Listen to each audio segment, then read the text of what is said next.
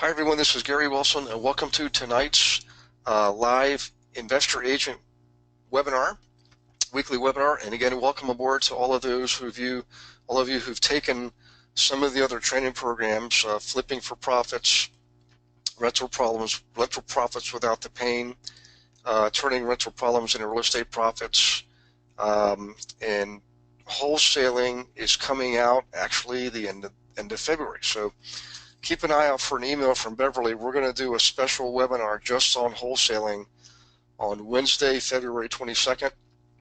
That'll be 7 p.m. Eastern Standard Time, so 4 o'clock for all the Californians.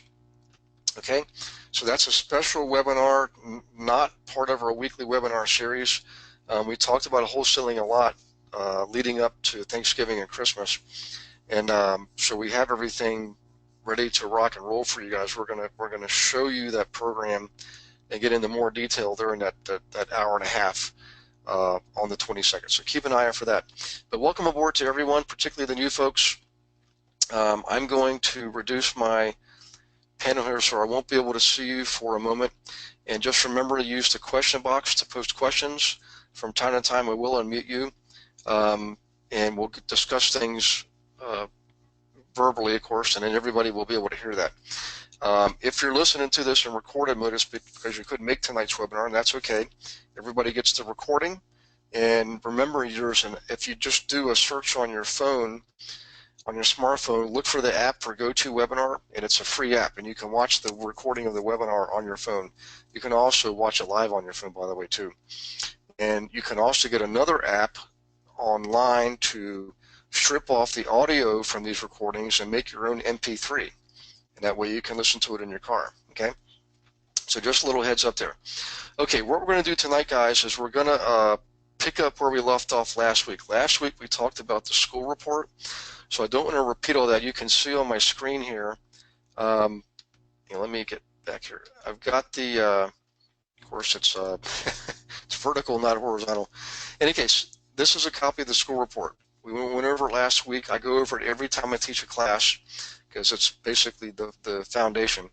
So for every school area, assuming you've identified your school area that you want to be working in with your clients, okay, very, very critical that you do that. The next thing we do is we want to get the zip codes for that school area. And sometimes, in some cases, it's a school district. So what I'm going to do is show you a real quick, easy step here. Hang on one second. It's in your training material, and the website is called zipcodes.com. So if you look up in the browser bar, you'll see zipcodes.com up there. Just remember, it's in your training material. I believe this is module 1, if I'm not mistaken. And save all of these links onto your browser. So this is a shortcut to get zip codes. So assuming you've built your school report and you're using it to serve clients or for your own investing purposes, what you can do is you can key in, you can Google the school district that you're looking in. Just Google it, key it in, and they will always tell you the towns that they serve, the towns and neighborhoods that they serve. Once you have those, you can come out here to zipcodes.com. Free zip code finder. Typically, you can type in a zip code here if you just want to find that, get info on the area. But more importantly, if you come down here and type in, let's see, I was in Denton today, so let's type in Denton. All right, and that was Texas, so TX. All right, Texas. Hit the search key. All right, you'll see all of the zip codes for Denton. So if you guys are in Denton, Texas, you'll recognize these: 76201, 202, 304, 56, 89, 10. You also get the area codes, and this is really important, right? Because you need the zip codes to plug into the next tool, which is Melissa Data. So you can also download all U.S. zip codes into one database, all right? And this is how you add it to you can put this, let's say you have a website you created for your clients, which you should, by the way. Everybody here you should all have your own personal website. You can add this as a little quick link onto your own website, and you can also get valuable information on this. So let's just type in, some of these might be P.O. Box zip codes, I don't know, but let's just click on one. We're going to open a link in a new tab. Let that warm up there.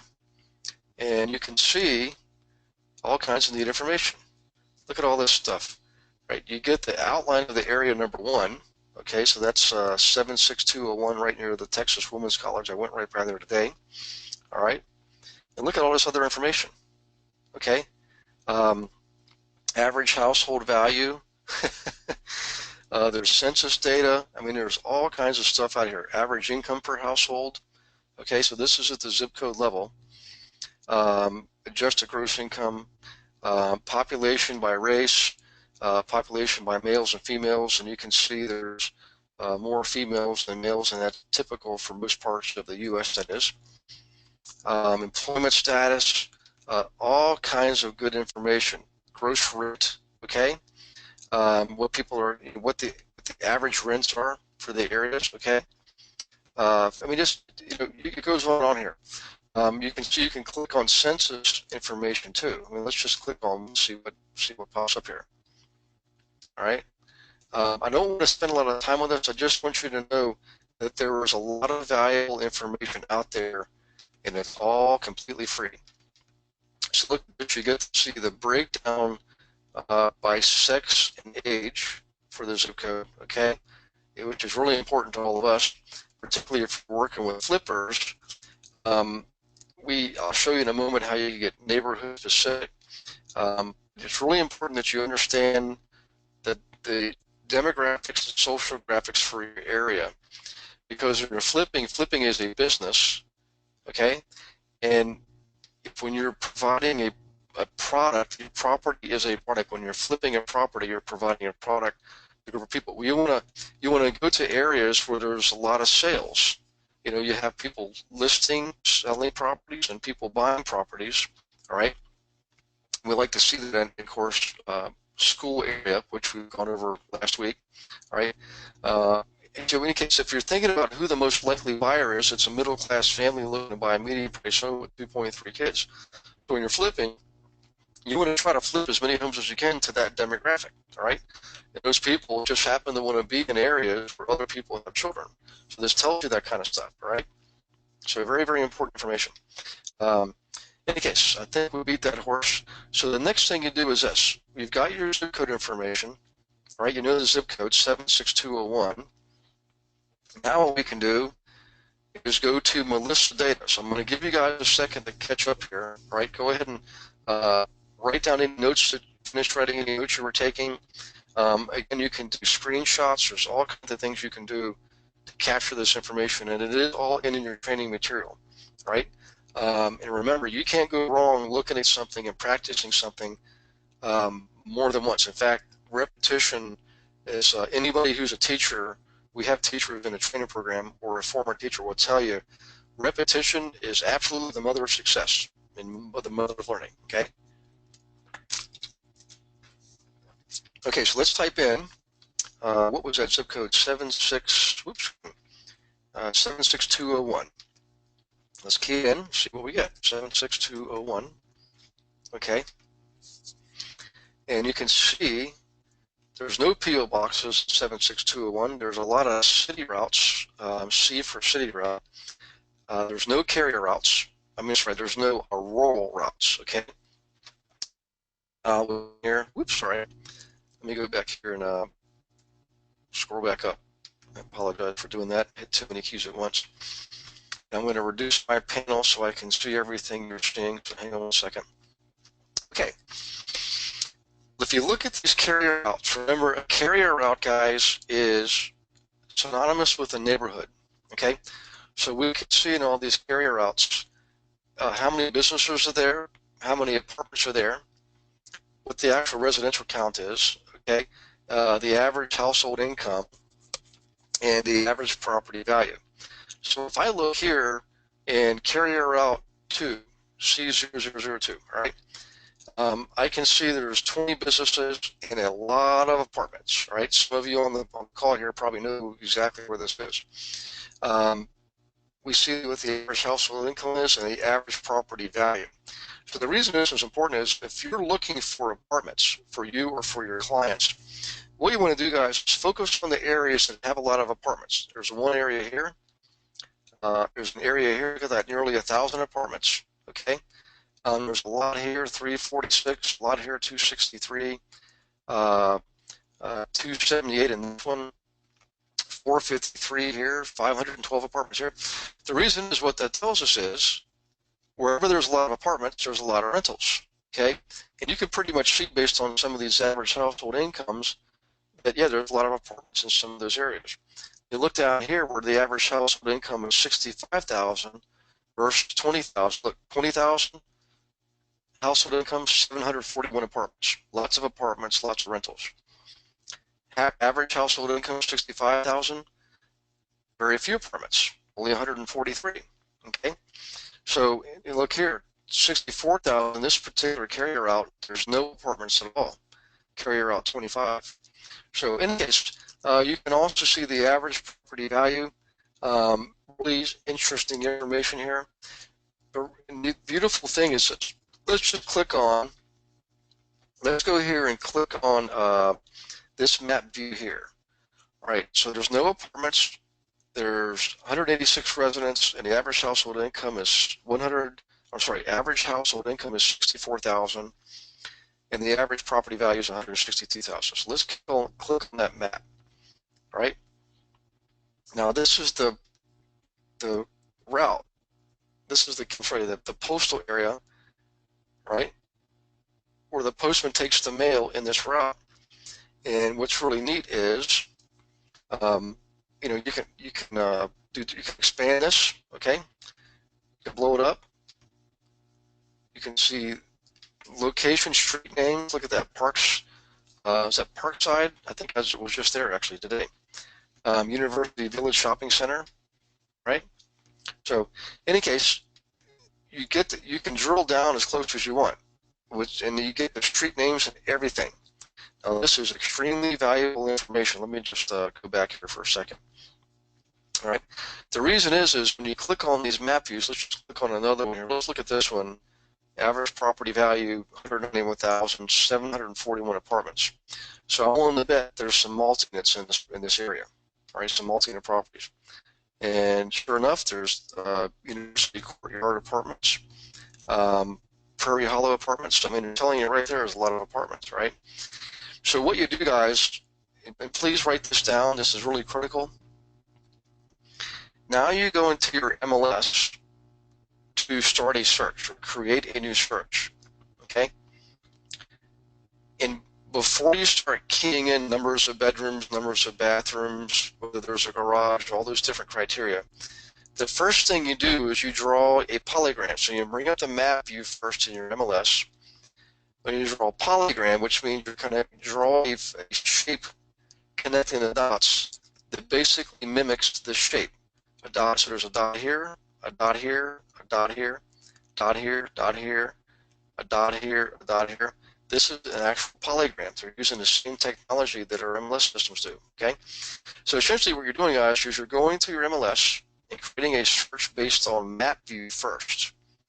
And you're going to connect the dots to create a polygram that matches this map view of the carrier route that has a lot of apartments where your client potentially wants to look and buy, okay?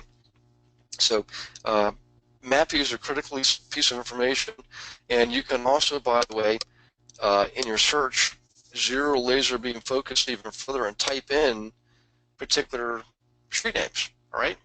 You can even type in Prairie Hollow Apartments in the remarks section and see if you don't get any matches there, right? In any case, this is how you start building searches for your clients, and this is how you start finding the right areas to be operating in. Now we could type in any number of zip codes. Let's just go type in 76202. Okay, now check this out. These are all PO boxes, so hang on a second. Let me see if there's any city routes here. That is all PO boxes. You can tell because everything begins with a P and it says PO box, okay? Let's go to, I want to find an area that might be good for flipping. So let's go to 03, okay? And submit there. There's one rural route and there's one business in rural route 0 in zip code 76203. Let's go to 4. By the way, if any of you want me to plug in a zip code here, just let me know. and I'll plug it in. Let's bring it up live on the demonstration here and see what particular zip code looks like. Actually, let me bring my panel back over. Hang on one second. So if you want me to plug in a zip code, okay, 71360. Let me go back in one shot here. 71360. Hang on one second, guys. 71360. We'll hit enter. Okay, and this is Pineville, Louisiana. I was just there a couple weeks ago. So let me reduce my panel here 1 second. And let's see what we got. Okay, we've got, this is a great snapshot. We've got city routes and we've got rural routes, okay? And you can see a huge difference. Look at the number of businesses in the city routes compared to the rural routes.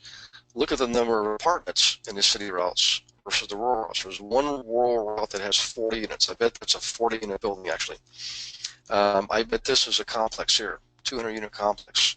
And let's just take a look and see where that is. Hang on 1 second. Bring up the map view. Okay. And there you have it, right near Louisiana College. So that explains people who are really doing well investing typically strategically place their properties strategically around hospital systems, university systems, office parks, things like that, close to malls, but not right on top of them. They obviously like to see elementary schools in their neighborhoods, things like that, and high schools kind of not in a neighborhood but close by. All right. So let me just real quick. I just want to see who that was. Let's see. It is. Hang on 1 second. Bring up my opinion here because I can't read on the comment there who that's from. That is from Sandra. Hi, Sandra. How are you? All right. So let me see. I think Dottie typed in one. Let's just go back to the question box. And so, Sandra, I hope that helps you out, just seeing how you use this. So Dottie wants us to type in 30028. I know that's Georgia, because I was just there back in December. Hang on 1 second. 30028. Yeah, 30028. Let's see what we get. Oops. 30028. Submit. And let me reduce my panel so Dottie can take a look here. All right, there's a lot of PO boxes there. So Dottie, that's all. Oh, here, I'm sorry, here's the rural routes. Ooh, how about that? That's interesting. Okay, all right, so check this out, guys. No apartments at all. All right, I can tell that because the column heading on that column is for apartments. There's no apartments. All right, the residential count is pretty juicy in some of those areas. Look, 500, 600, 600, 500 again, 500.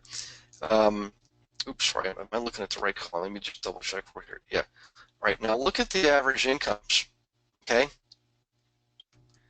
Average incomes are up in the close to 60, 80, 70, all right? Not a bad looking area. And look at the average property values, all right? So let's click this one, Dottie.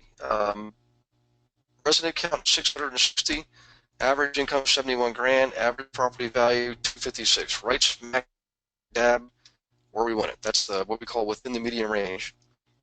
All right, let's go down here, and you can see this is probably inside here. Might be like a park or something. You'll see that sometimes, but inside this line here is where that carrier route was what that carrier route represents. Excuse me. All right. So you key in your zip code. You bring up the map view of this particular carrier route. I can't remember the carrier route, what that number was. Hang on 1 second. It was carrier route. We'll have to go back to get the actual route number because it's Route 6. I'm sorry, it's rural Route 6 in 30028. So what you would do is you would go to your MLS, bring up the map view, and start drawing a polygram search. Okay. Now, real quick, let me just go back here, as I just want to get a better idea. Actually, let me just do back here. Okay. So let me drop this down a little bit. Dottie, I think if you're looking for inventory for flippers, I would look in these areas. Remember, later on, we're going to show you how to use the letter to find these people in these areas who are more highly motivated to want to sell. All right. You've got a great price range. This is a great area to operate in. I mean, I'm willing to bet this is a good area for new construction too. Actually, hey Dottie, let me just type in yes or no. Is this a good area for new construction? And I'll wait for your answer there. Let's see. Now we do have a question here from Teresa. Teresa, is it number of apartment units or complexes? So Teresa, that's actually the number of units, individual units. So in other words, if you saw an apartment count of 349, for example, that could be made up of a number of duplexes, triplexes, fourplexes, 10-unit buildings, 20-unit buildings, 50-unit buildings. So keep that in mind. The reason we like to use it, though, is this. When you have more apartments, you have more rentals. And we know that because the U.S. Postal Service tells us that. They tell us, they call them non-owner occupied or absentee owner properties, okay? Regardless, we can always determine conclusively by going to our property tax assessment database, which we'll do in a few weeks here, and we can look at the property address and then look at the mailing address for notices. It's called the notice mailing address. If it's different than the property address, that's typically going to the owner, and the owner lives somewhere else, of course. So, and again, back to the question, I was assuming this was a great area for new construction, and Dottie says yes, it is. Now, the only reason I know that, guys, is just because I've done this so much for so many years. But you'll be able to get to the same point. You'll be able to look at this information and tell that this is a great new construction area. And if it is, keep in mind you can flip there, all right? But whenever you're selling properties, and you're in an area with a lot of new construction, a lot of new homes are being built, you're competing with the builders, and they often can beat you on price, right? Now, it doesn't mean you don't flip houses there. If you've got a sweet deal, my gosh, take it and flip it, or your client said it is, right? Because a newly remodeled house will often attract people who want a house that's in really good shape. They just don't want to be involved with any kind of a construction project. They don't want to wait 6 months for a house to be built. They don't want to be tied up making all those decisions and picking all those colors and the doors and the doorknobs and the windows and all that stuff. Oftentimes they're in a hurry. So a flip could do well in these areas. The point I'm trying to make is sometimes it's there's more volume for flipping in areas where there's a lot more resales and less construction. That's the only point I'm trying to make there. So, anyway, so Dottie, when we speak next, let's get a little more fine-tuned on where you're going long term. I know we're doing your term. We're going to find your group right away. That's what we're working on now. But when it comes to providing inventory, we're going to get more specific on that probably the next call out. So, okay, good example there. All right, so we've got our zip codes. Now we've got our carrier routes. We know what carrier routes make sense for our investors. Now remember, you only pick the carrier routes that have property price ranges within the ranges that your school report told you should be looking in. Remember, the school report, first thing it did was show us by school area and by price range where we should be working with our flippers, right?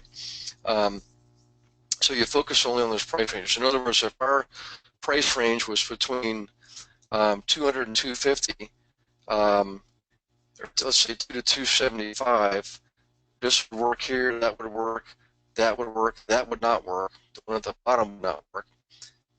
I said would mark that. So this that would work, that would work, that would work, that would not work, that would not work, that would work, that would work. The rest of these would work. So what I do is zero is focus on specific neighborhoods and exclude the ones that don't make sense to be flipped. Okay. All right. So let me go back up here real quick. We've got our school report. Now we've got our zip codes from zipcode.com, and now we've got our carrier route data, and we can build our searches. So essentially what I did is I just took you through the sequence of steps involved to get your searches down. The next thing I want to show you is this. We're going to have to bring up another panel, so hang on one second. Okay, here it is. Everybody write down in your notes planning commission or planning commission website if you want. Okay. Now the reason this is important is when you determine the specific neighborhoods and you're now looking for inventory in those specific neighborhoods, the last thing you want to do before you go get in the car is to validate, we call the litmus test, the neighborhood information.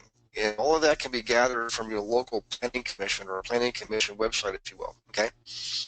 They take data from U.S. Census, from your local property tax assessment databases, and a number of other sources. And they put everything out there. I mean, everything literally from everything you could get on census, you know, sex, age, race, religion, salary level, education level, all that stuff's out there, right? And just like in class, I'll use the example of age. You know, I can see that the largest segment of this population happens to be now 60-ish because they were 50 to 54 years old 7 years ago. That means they're now 57 to 63 roughly, okay? So we're right in that sweet spot where people are really thinking seriously about downsizing, moving, retiring, all that kind of stuff. Now we know that because we can see how many people live here in 5-year increments, okay? And I can see the largest segment of the population just happen to be 50 to 54 years old. There's 399 of them, right? So the question you have to ask yourself is this: if you're flipping a home to your typical, what we call your avatar, middle-class family looking to buy a medium-price home with 2.3 children, does that family want to move to a neighborhood where the largest segment of the population is getting ready to retire? The answers are no. So they want to move to another neighborhood where everybody else has 2.3 kids.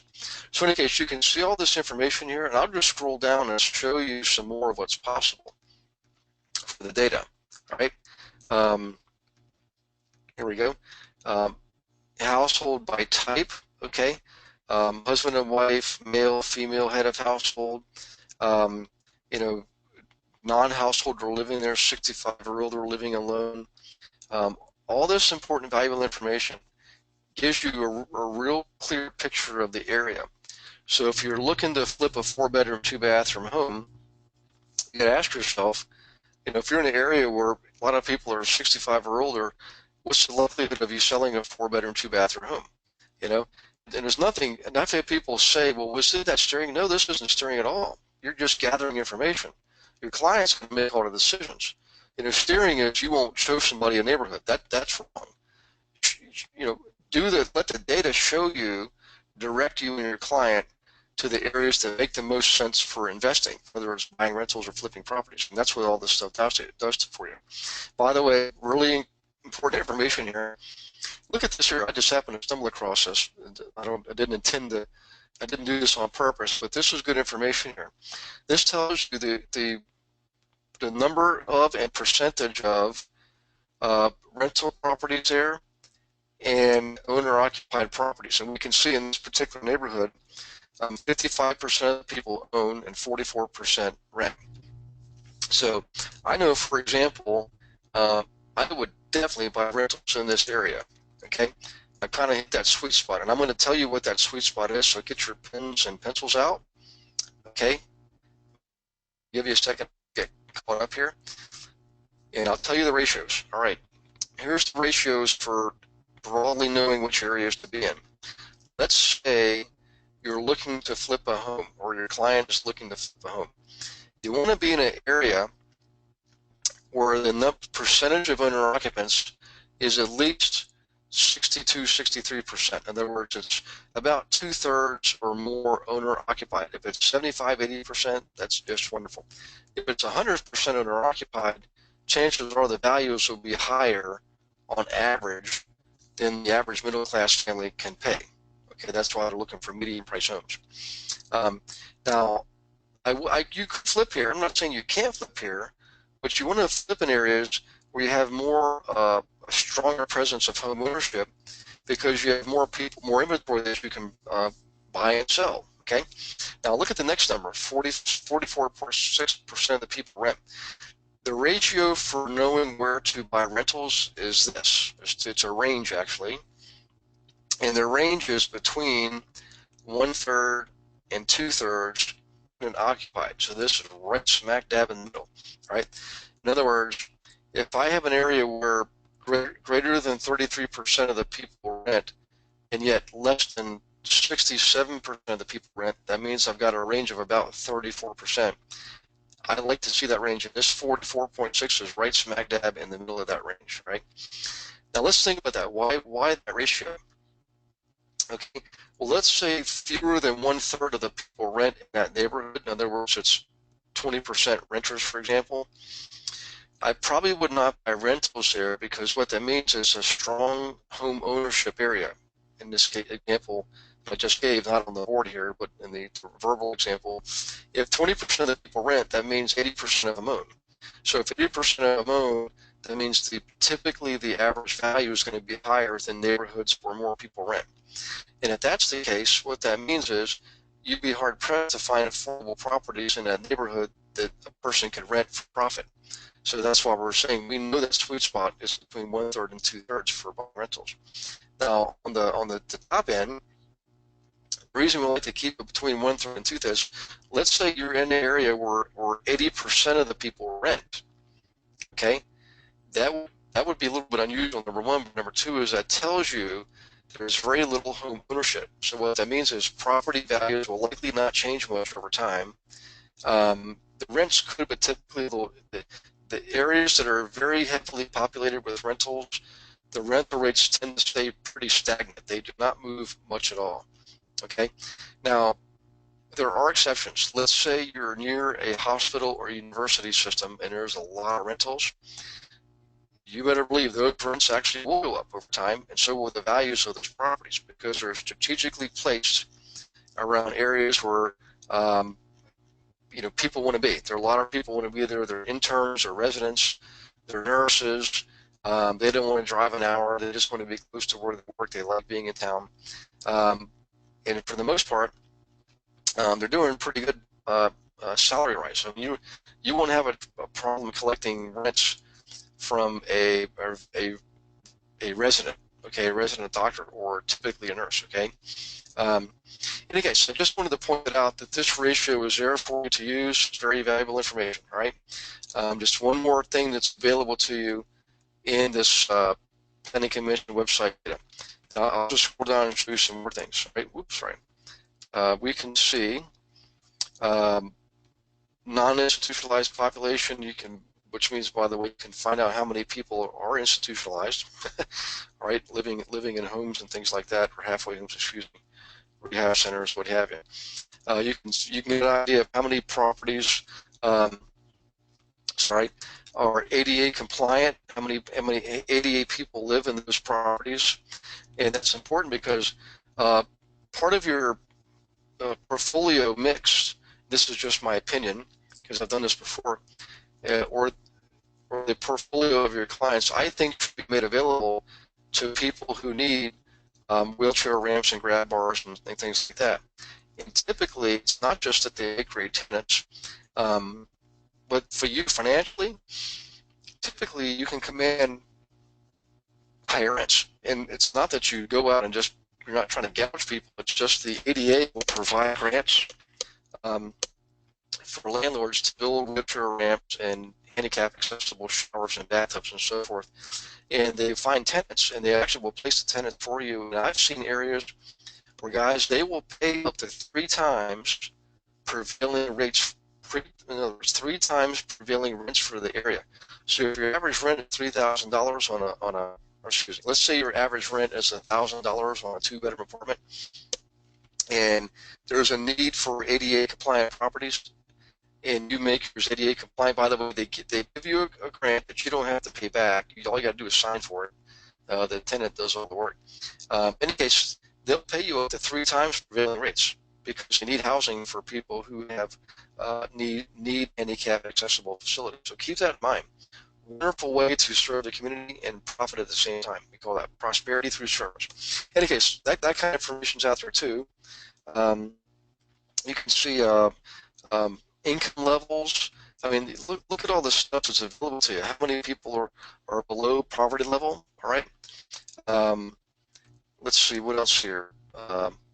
You know, households last 12 months. I mean, there are all kinds of household income data, which is really critical for all of us agent folks and investors. Okay, and you can see when properties are built, how many properties were built in what time frame. All right, you can see how many properties are there by number of rooms. All right, you can see how many properties there by construction type. In other words, how many properties are there with 220 to 49 units, right? Makes up 7.9% of the mix of properties available. Look at that, 50 or more units. Turns out there's 430 of them. All right, 15% of the housing stock. 1 unit detached or single-family homes. You can see 40% of the properties are single-family homes.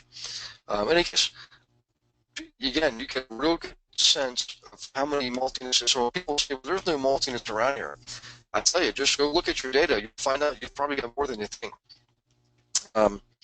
You can see, you know, how many people moved in by decade, so you can see what's happening to what's trending for the population. In any case, you can go to census.gov, but the thing I like about these guys is they format all the data for you and present it in a user-friendly format. You don't have to figure out HUD. Okay. Okay, but I wanted to show you that piece of it. Let me go into something else now. We've still got about 15 minutes. So far we wrapped up the first part of the first module between last week and this week. All right, now the next thing I want to show you is we're going to kind of skip ahead a wee little bit. I'm going to show you some free websites you can use to find foreclosure properties from the source, not from the MLS, but from the source. In other words, HUD, Fannie Mae, VA, Freddie Mac, what we call the quasi-government agencies. But before I do, let me bring over my panel so I can see if you have questions. And also, now's a good time to type in questions. So go ahead and catch up, guys, and we will move into the next part of this webinar in just 1 second.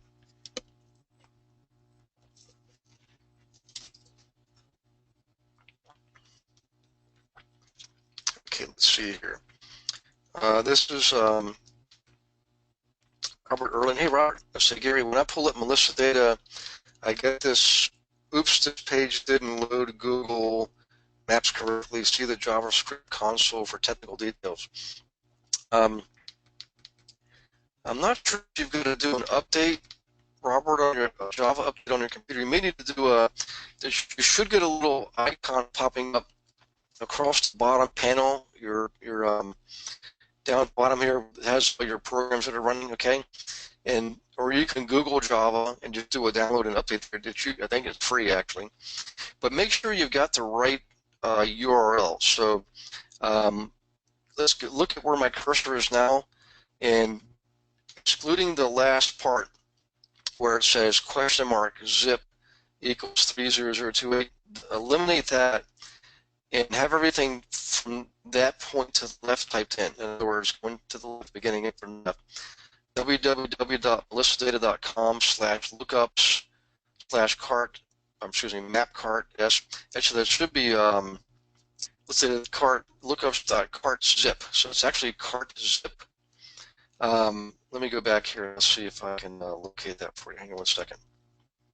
There it is. Melissa data, http://www.melissadata.com/lookups/cart.zip.asp. If you type it in just like that, it'll work unless you've got to do some type of update on your computer.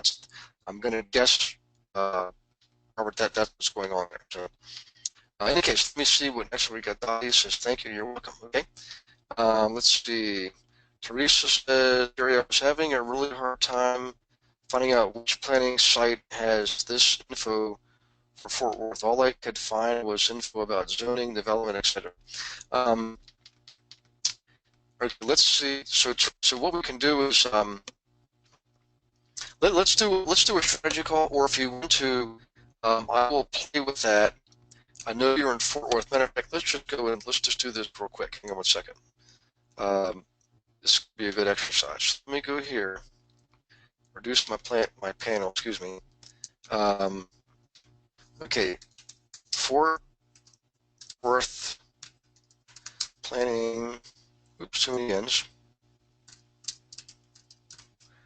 Commission. Well, I'm having a hard time filling tonight. Let's see, put it off there. And let's hit enter. In Fort Worth, Teresa, I can't remember, is that in its own, is the city of Fort Worth a sovereign municipality, or does it fall within a county? If you could tell me that, that would help, because the reason is, I will tell you, the county websites are better than the municipal websites. As a general rule, that's usually the case. Okay, sign up for news. We don't want to go through all that. All right, so let's look at report. Let's click on reports.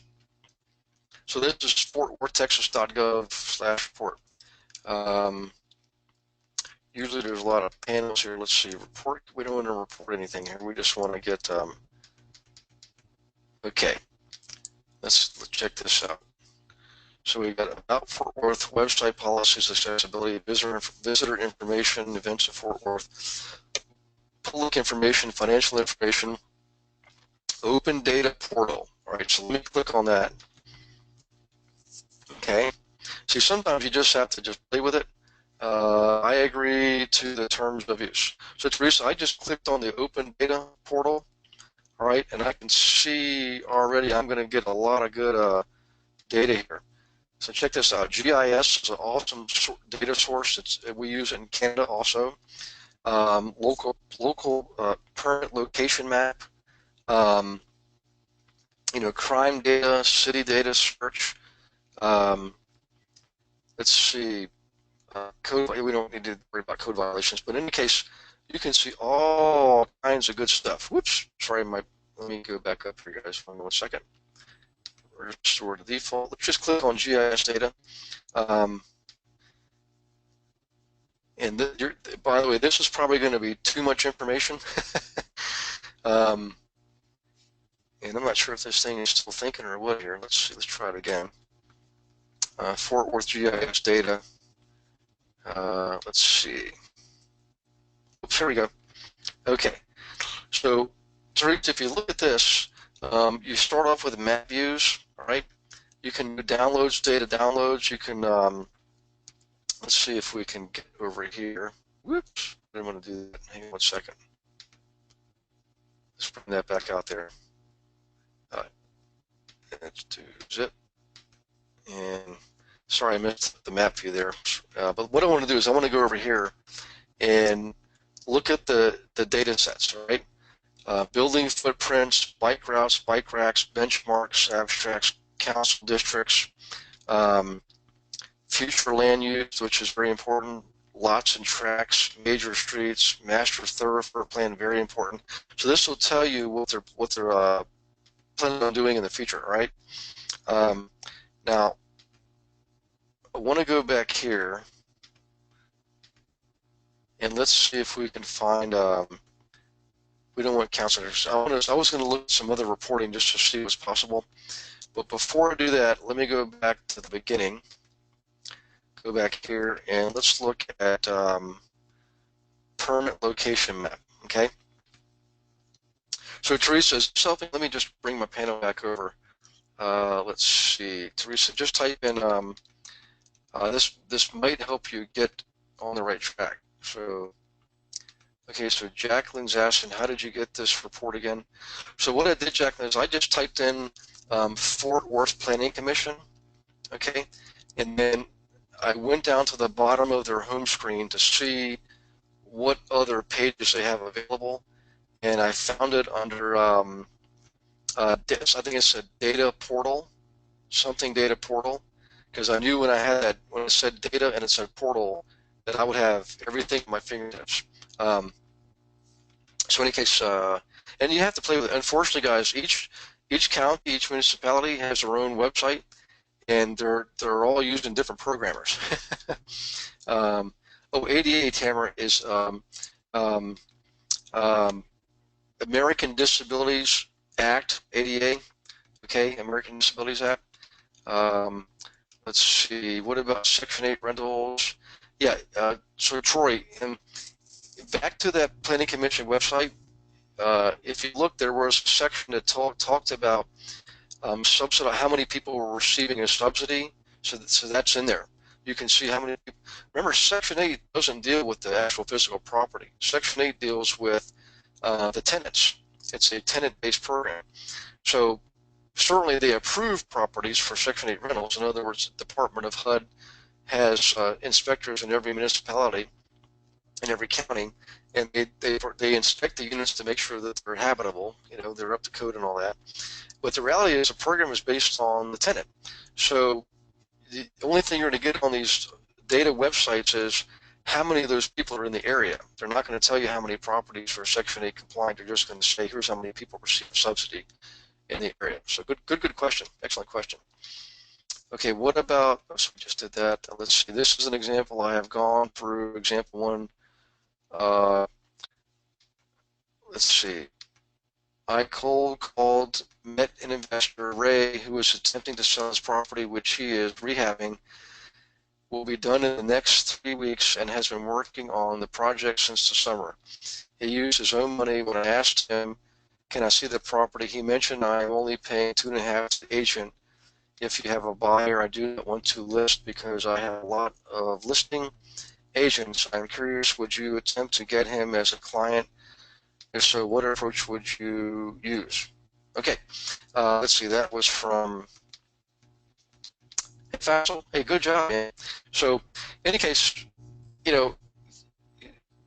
I've done a lot of transactions for 2.5%, but generally when I do them, it's because the property value is a few $100,000. I mean, if I can sell a property for $300,000 and I get 2.5%, I'll take the $7,500. Okay, I want to prove to the guy that I can get the job done. Now, on the other hand, once you're up and running and you're doing a lot more business, you can take a more proactive stance. So what I would say, Pastor, for this person is, let's say you're already doing 50 transactions a year. You can say, Mr. Smith, whatever his name is, Mr. Smith, I appreciate where you're coming from. I understand your desire to keep costs down. However, think about this. Every agent's an independent contractor, and they have a lot of costs involved with marketing. Now, if you were one of those agents, how hard are you going to work at 2.5% versus 3%? Okay, and you can't. Remember, commissions are negotiable, so you can't ever say this is just what we charge. You can't do that. You want to negotiate. But I would, once you start having multiple transactions and you're doing 50 a year, then you can walk the talk. You can say, look, this is what I was able to accomplish last year, and show him statistics. Like your average property sold in 30 days. Your average property sold for 98% of list value, or maybe over list value. You can also show him stats from your office, Fassel, and show that the agents in your community, your office, does better than the surrounding area as far as selling properties quickly and for close to list price. So in other words, what you're trying to convey to him is that you're worth the extra 0.5%. He's going to gain far more by working with you and giving you what you need to do your job the best that you can. So in any case, in the beginning though, just take the 2.5%. But down the road, you want to kind of take a firm position, and you'll be more able to do it. You'll have more competence and more confidence. So that's an excellent question. And just again, show them stats. That's the best way to show people why they should be working with you. Okay, Teresa says Tarrant County. So let's type in Tarrant County. Let's go back here and reduce this. So hang on 1 second. Okay. Tarrant County Planning Commission. Okay, and let's see what we get here. Okay, Access Tarrant County Transportation Planning. That's a little bit different than what we want. Commissioners Planning and Development. That kind of came under Fort Worth there. So let's see here. Let's go drop down and see what other choices we have. Oops, excuse me. Platting, which is very important, by the way. You want to see plats for the area. Zoning, Land Use Commission, Boulder County. I'm not sure why Boulder County came up in there. Darlington, Texas, Tri-County. Ah, I knew there was a regional planning commission. This is Peoria, Pekin. I'm not sure if that's Texas or not, but there is a North Texas Planning Commission to be able to. But let's just go back up here real quick. Let's just let's key in. Oops, sorry. Let's click on, if I can get there, and see what this is all about. We're not really necessarily interested in travel planning, okay? But let's just see if we can get to a home base and start from there. Okay, Tarrant County, Texas. We don't really want transportation, but let's just see what we can find out here. Residents, click on that. Community supervision and corrections, community supervision unit, courts. Oh, so you might get all of your public records here, by the way, through Reese, which is good information. Let's click on government, and let's see. Let's see what we have available here. All right. Auditor, budget management, commissioners, court, community development, and housing. Let's try that. Let's just see what else is out here first. There's housing assistance, human resources, information technology, resource connection. Okay, let's just click on this one here and see what we get. Community development and housing department. Let's see what they offer. I want to learn about rehab program, consolidation plan, action plan, public service. Not sure what that's referring to. Somewhere in here, sometimes you'll see a link for data. So let's see what we have here. Home Investment Partnership Program. That's interesting. Housing opportunities for AIDS, persons with AIDS, mortgage, home replacement program. Okay, media inquiries, Public Information Act website. Teresa, what you might want to do is actually just call them. We've had to do that before, but I can tell you there's a lot of good information out here. I mean, I'd be interested to find out what all this is, right? Home Investment Partnership Program. And I guess I don't want to pull a whole lot on this because we're getting off tangent, but it looks like there's a lot of good stuff out here. And let's do this. Let's type in Tarrant County housing data. Let's see if we get a different website. City data, which is a good area. Real Estate Center and Extra Housing Authority right there. There's your census. Matter of fact, let's just go here. What's TAD.org, tools information. Tarrant County's real estate market is booming. Hey, Teresa, we may have just found what we're looking for here. Okay. It's TAD. Yeah, this is your appraisal district. So you're going to probably get some good information on here. I know we can go to property search, obviously. But, okay, account number, owner name, property address, mailing address, business name, blah, blah, blah. Geo reference, subdivision name. Okay, so Teresa, do you have a subdivision? If you can type it in, let me know. In the meantime, let's see. Natasha has a marketing question. Okay. I have a marketing question. I need to further build out my database by increasing my referrals. I was told that Send Out Cards is an excellent system that mails custom cards, gifts, database to keep top of mind. I have heard of them, Natasha, and I've actually used them, and I've had great success with Send Out Cards. There is another e-card system called Jackie Lawson, and for like $12 a year, you can send out all the cards you want. They're e-cards. They play music and all kinds of stuff. So in any case, great little Send Out Cards is a great little system. You can set things up so they'll send out birthday cards, Christmas cards, Hanukkah cards, Kwanzaa cards, what have you. Okay, I do endorse that. Okay, let's see. Tammy Fossil, Vista Ranch. Let's type Vista Ranch and see what we get here. Vista Ranch and search. and let's see what comes up. Okay, your search did not return any result. That figures. Sometimes that's what happens. Let me go back to here. I wonder if we typed in, I don't know any georeferences, legal description, we don't have that, but subdivision would be nice. I'm not sure why it didn't like Vista Ranch. Let's just type in ranch. It's looking for an exact match or just anything with ranch in it. And I'm willing to bet in Texas, a lot of things are ranch. Okay, didn't like that. We got to have an exact match. So let me bring my panel back over to Reese to see if you got another possibility there.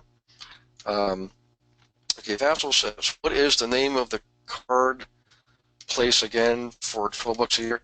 Yeah, it's called Jackie Lawson. So it's Lawson, I believe. And Jackie is, I think, JACQ UIE. I think if you just Google it and get close Vassal, you'll get the hit. It's just remember Jackie Lawson. All right, so let's do Myra Vista. Myra Vista. Oops, hang on, let's click correctly here. Myra Vista and search. Still didn't like that. So I would play with this. This was just one option, but I want to go back because I saw some other really good possibilities here. Was it here? Let me go back here, and let me go back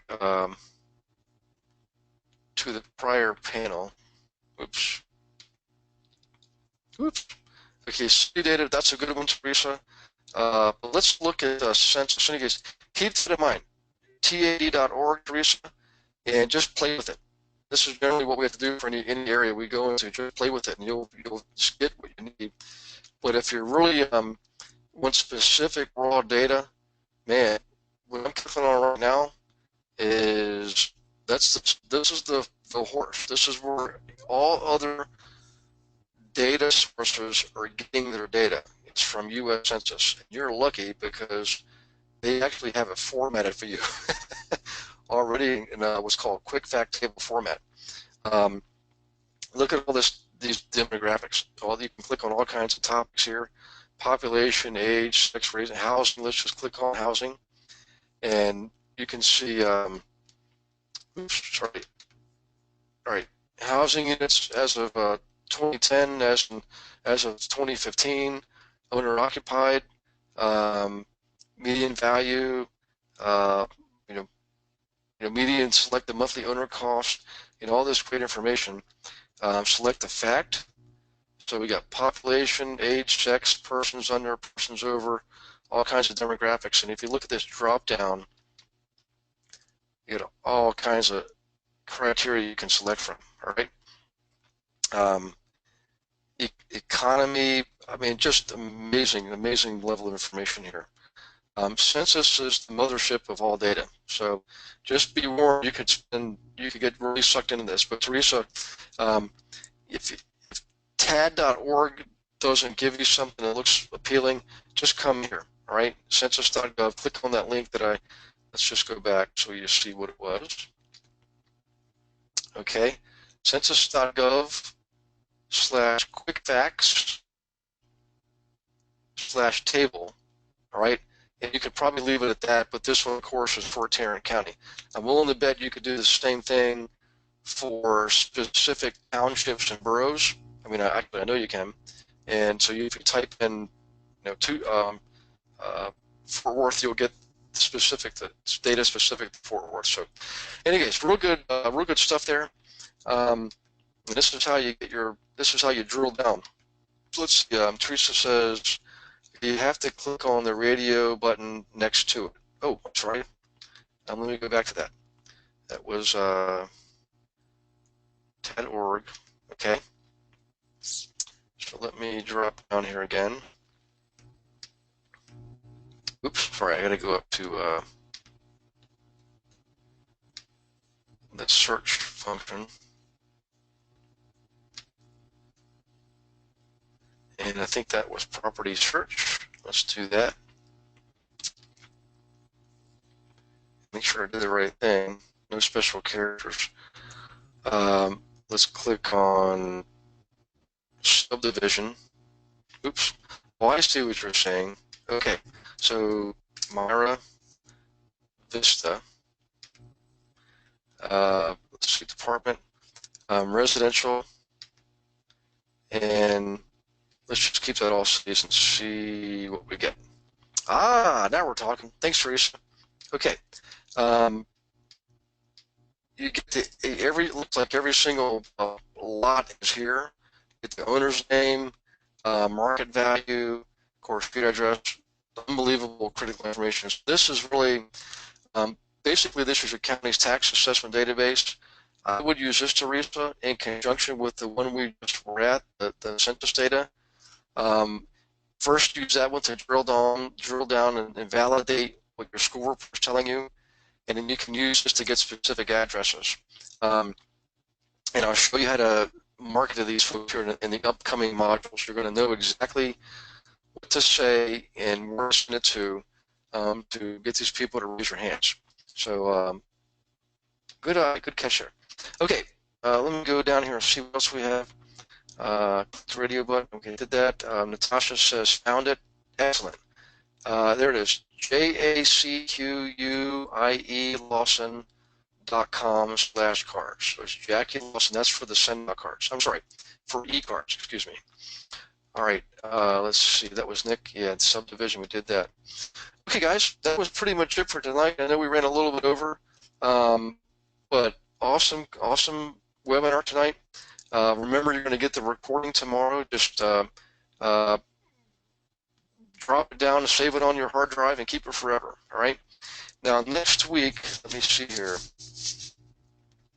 I'm going to be doing that webinar from, I'm not sure where, because I've got to drive from Midland to Lubbock, and I'm at Midland at 11, which means I'll be wrapping up around 3 or 4.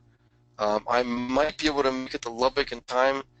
If not, I'll just stay and do the webinar from Midland. I don't want to reschedule because every day I'm driving to another location, in quite long distances, by the way.